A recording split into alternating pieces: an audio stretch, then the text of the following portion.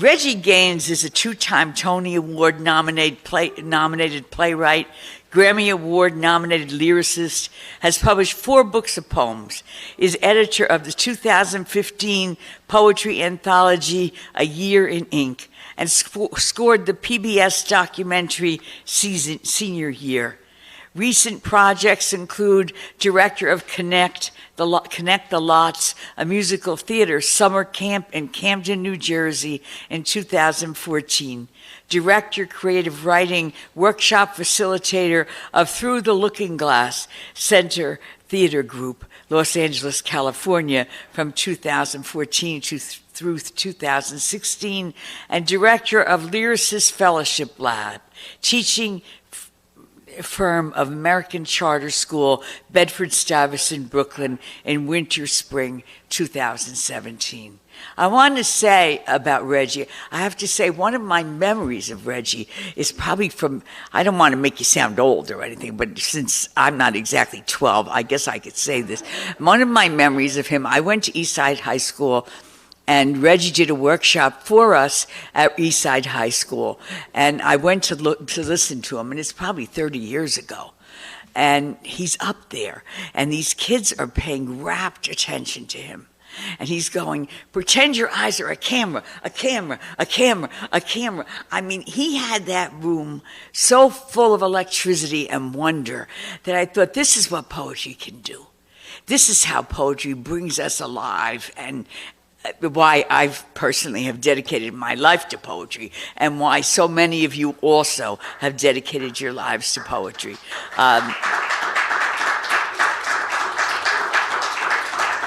Poets and writers like this, like Reggie and like Daniel, really give us a reason to live and to go on, even in a time when things seem so desperately ugly. Let's welcome Reggie Gaines. So this is for the participants in the workshop I did this morning.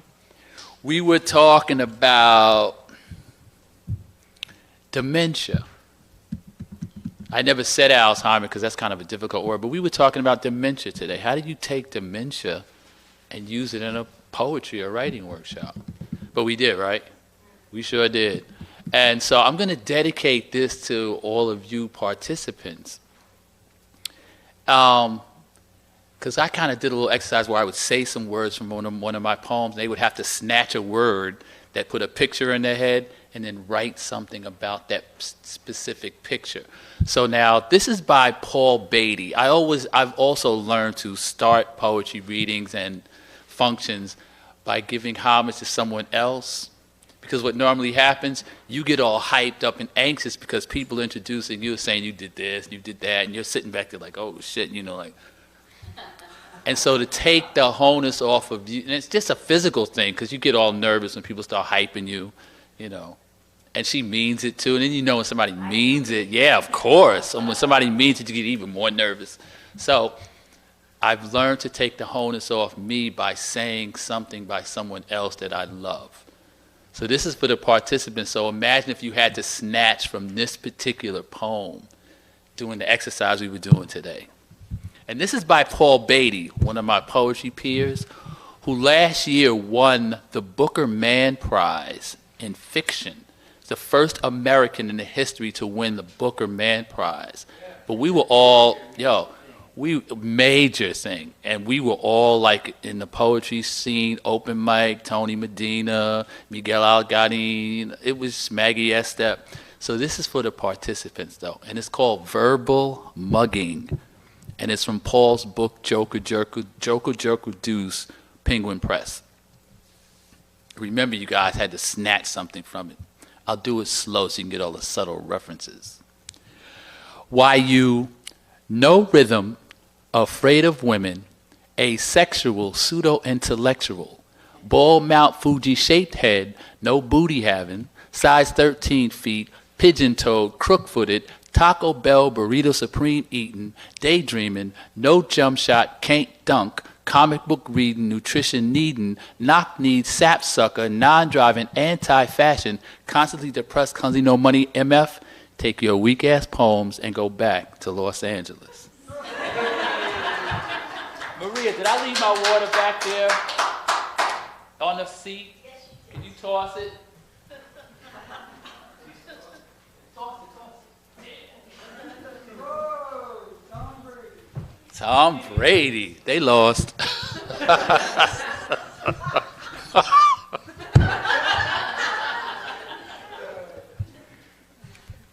I don't read poetry anymore. I stopped publishing, and I'm just so enamored that I could get up in front of people and just talk to you. I'm just like just flabbergasted by it all.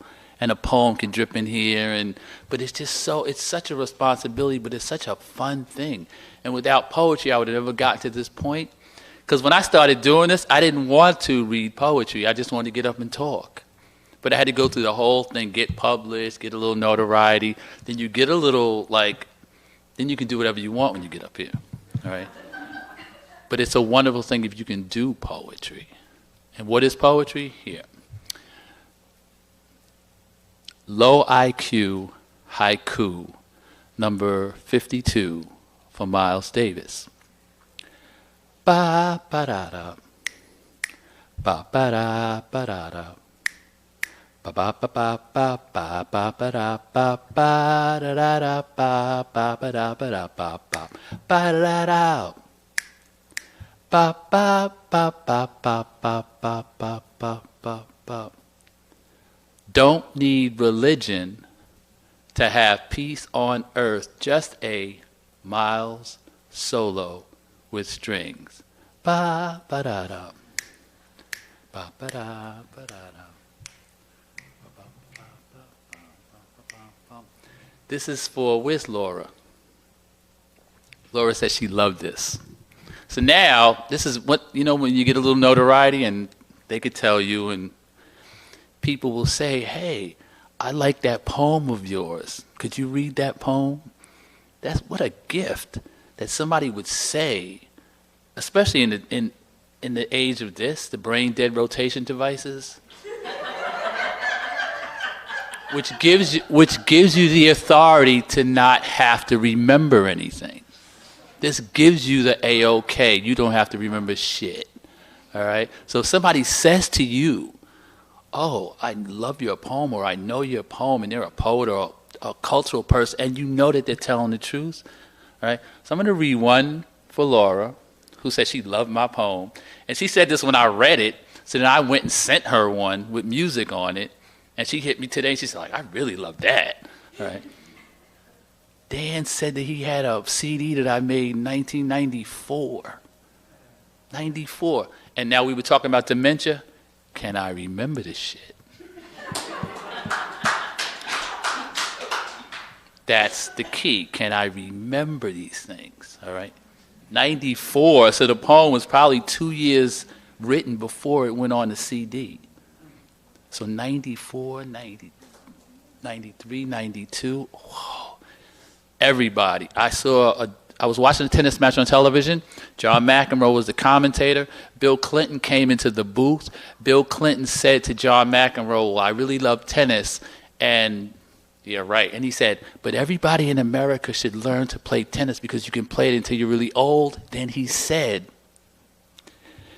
and the state of health care in this country is going to make it so inaffordable that you better do something to stay healthy and active.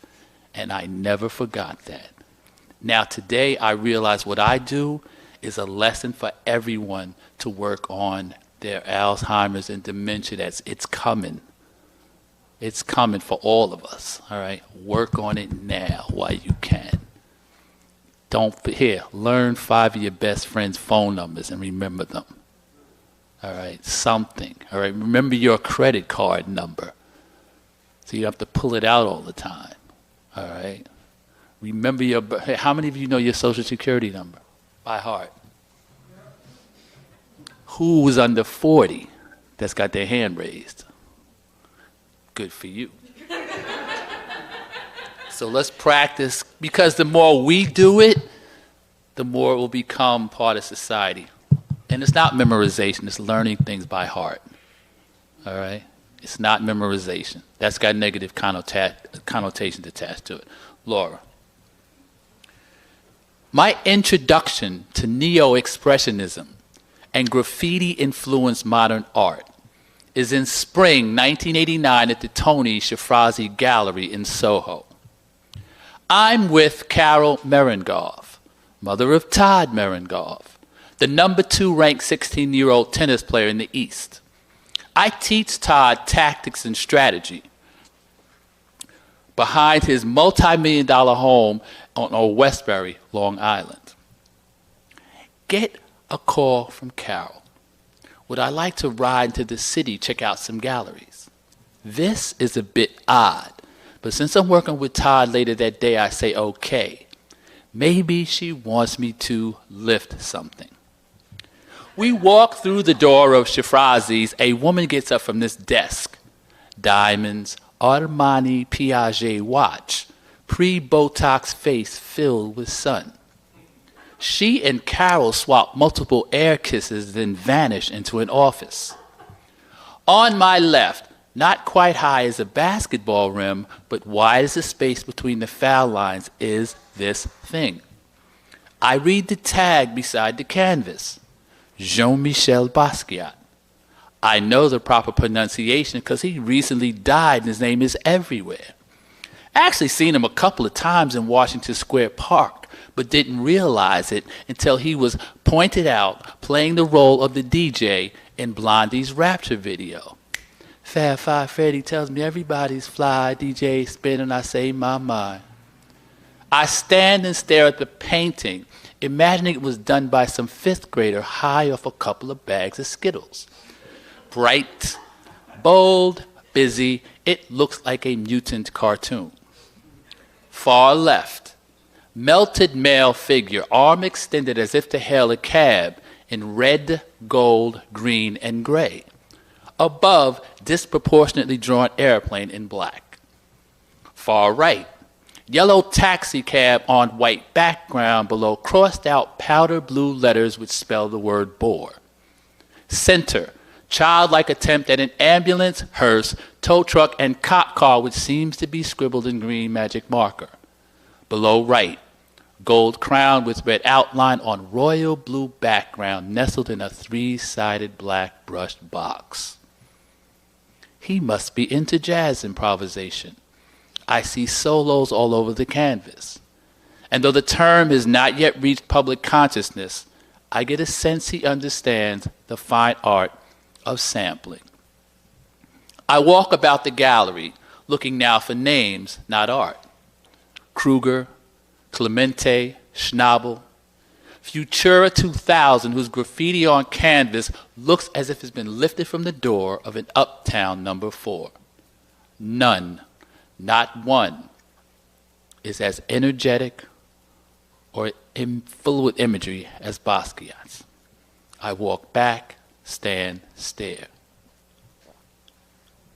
Carol comes from behind, taps me on the shoulder. I could have purchased Charles I 6 or 7 years ago for $9,000. Now it's her $200. Could you take that to the car?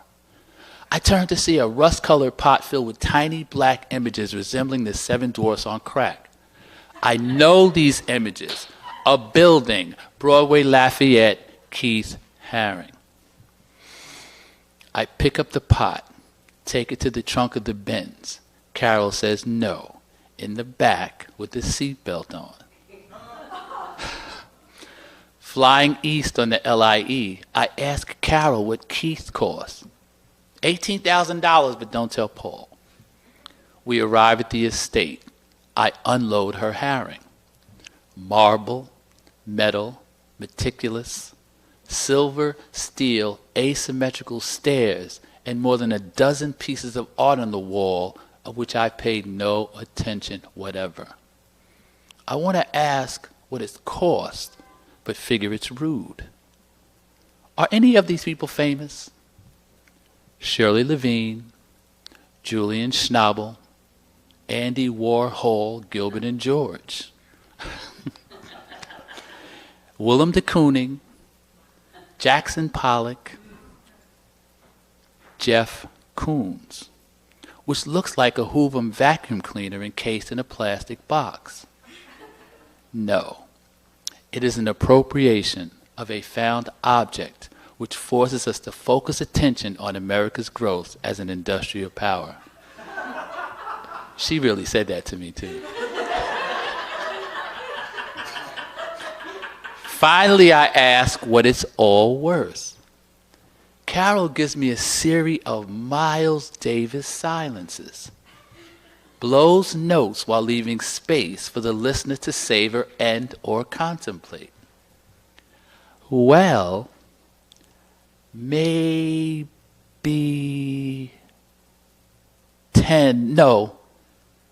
12 million? Time to pick up Todd. I grab a set of car keys off the eggshell white Formica kitchen countertop, take a final look at Pollock, and walk away while wondering, why is there no Basquiat on Paul and Carol's wall?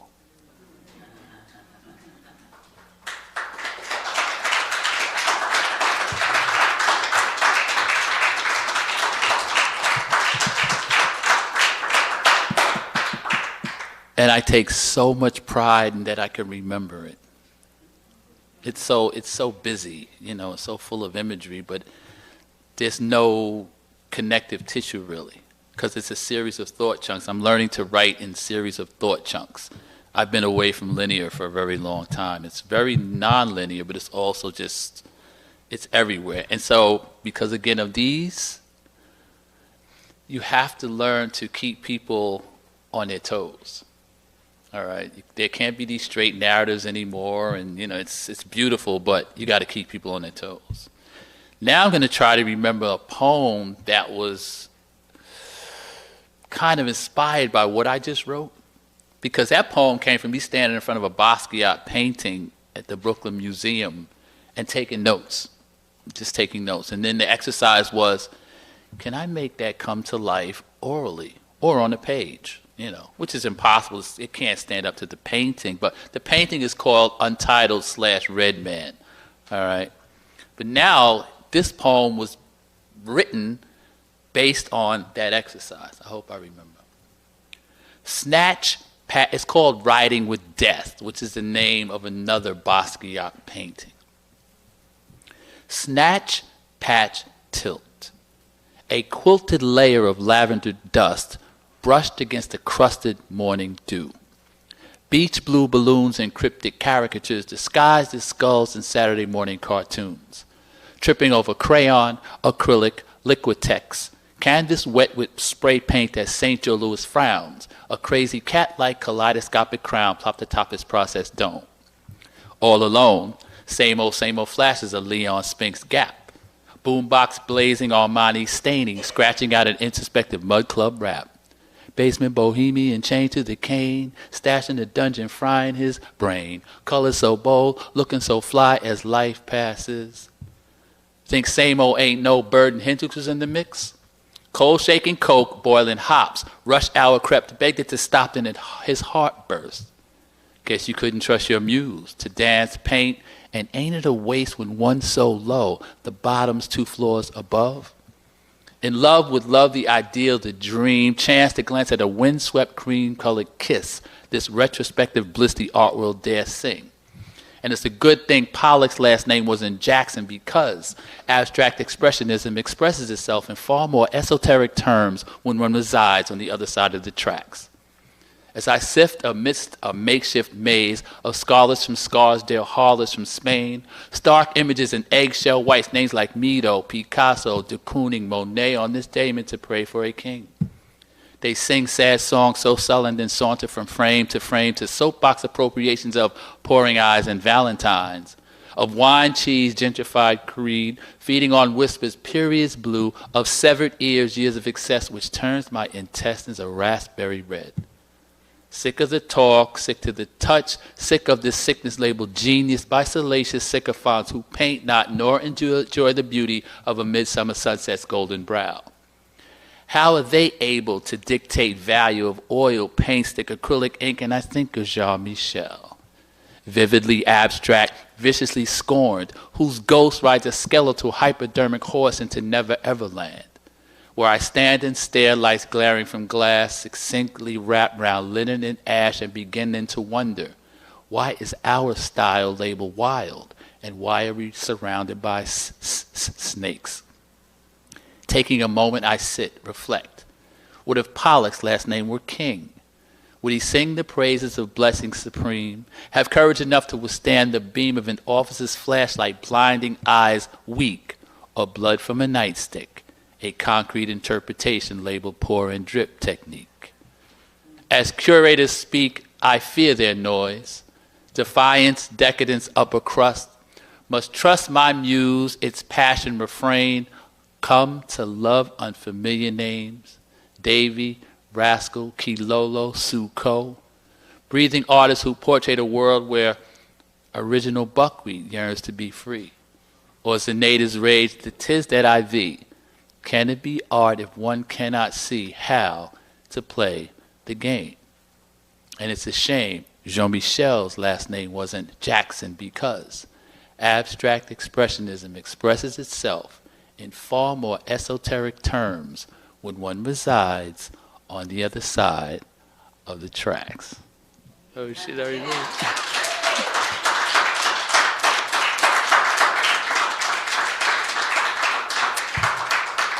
remember. I remembered it. I don't play any instruments, but I'm a jazz musician. I don't play any instruments whatsoever, but I'm a jazz musician. And I've just gotten to the point where this allows me to improvise. But as great writers and painters and artists and cultural people, you ain't got no technical skills, you can't do that. You cannot be into improvisation without really solid technical skills. But it's fun to be able to just, because I didn't know what I was going to do today. I never do anymore, you know. Like, what am I going to do when I get there? And I was triggered by something that you said. And it just made me, I wrote a poem in my head. When you said it, it was just like, and this is for you. I just wrote this. It'll never go down on a piece of paper. This is dedicated to you. For something that I heard you say. And so my poem for Dan is this. I didn't realize we were poor until someone told me. That's for you. I did not realize we were poor until someone told me. So when you said that in your poem, I'm like, never even dawned on me. And my father was a detective, and we were an upper middle class black family, I guess, but there were 10 of us. Maria got 10 kids too. She's one of 10. But how do I remember that? Because I was supposed to. We're battling dementia and Alzheimer, all right, as a group. But anyway, I have 10 brothers and sisters, mother, father. We live in a house in Jersey City, New Jersey, but there's only 4 bedrooms. All right, so no matter what my father was, whatever, my mother was a homemaker, but whatever my father was making, it wasn't enough for all here. If there's 4 bedrooms and there's 12 of us residing in that house, that could be the projects. All right, that could be the projects. How many people? Here, do the math. How many people are sleeping with who in those 4 bedrooms? Out of the 12 of us. All right, something's going on. So, but on paper and on tax returns and W-9s, we were upper middle class. But there were plenty of times we didn't get, your stomach's grumbling. So everybody's reality is that. So when you said it, like, I got no business ever telling anybody, well, I was poor when I was growing up. Because I wasn't, because I didn't think I was. And yet there's plenty of times we went hungry. Plenty of times. But I never, ever thought that I was that. Never. And so it wasn't until I went to Trenchtown in Jamaica to do poetry literacy workshops, I understood what poor was, that I really understood it. Or I was in Ashkelon in Israel, and I realized I understood what poor was. So that's almost a metaphor for something else, just the term poor. But when you said what you just said, okay, well, he understands it too.